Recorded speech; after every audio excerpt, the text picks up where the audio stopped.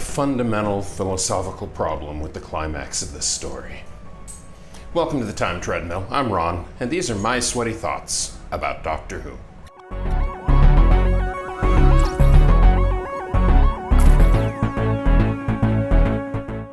The climax of the Mark of the Rani has the Rani, with the assistance of the Master, laying out a minefield to try and stop the Doctor. They're not explosive mines, they're, I guess, genetic changing mines. They change animal matter into vegetable matter. So when one person steps on it, he suddenly turns into a tree. A tree who, just a little bit later, somehow manages to use a branch like an arm to save Perry, which is weird. But anyway, there is this minefield with, as near as I can tell, somewhere between 15 and 20 mines based on the stack that the Rani and the Master carry out of her TARDIS. Now, the problem I have is that, of course, the Doctor avoids the minefield. Someone else steps on one. Perry is trapped in the middle of the minefield, and the Doctor forces the Rani to help Perry get out of it. Fine, that makes perfect sense. But then the Doctor simply shrugs and turns around and starts to march the Master and the Rani away from the minefield without cleaning it up, which is weird.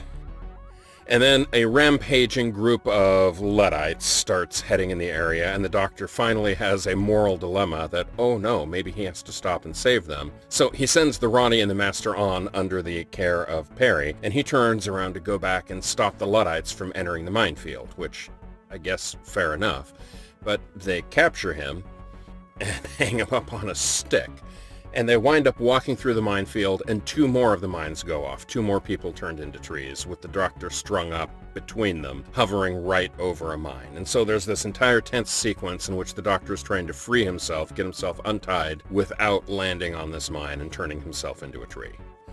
Fair enough.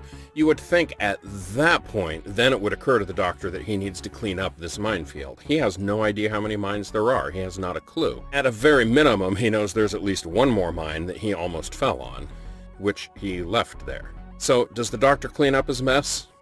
No. After the Master and the Rani are sent off, hurtling into the distance, and the Rani's sabotage TARDIS, and with a rapidly growing T-Rex running around inside because reasons, the Doctor and Perry simply go tie up their goodbyes and hop on the TARDIS and travel away. And that minefield is still standing there. And the Doctor doesn't seem to care that potentially another dozen people are going to wander through that forest and be turned into trees. It's a bad bit of writing that could have been cleaned up easily enough. And I suspect, if I were to read the novelization, that they tie it up there. But as presented in the TV story, it's just left out there hanging with no resolution whatsoever, and that's unfortunate. It's also kind of emblematic of this period of Doctor Who, and one of the reasons it's my least favorite.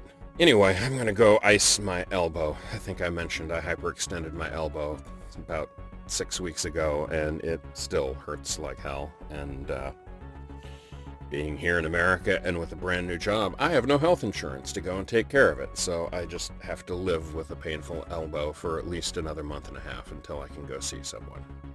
Yay! I'll see you tomorrow.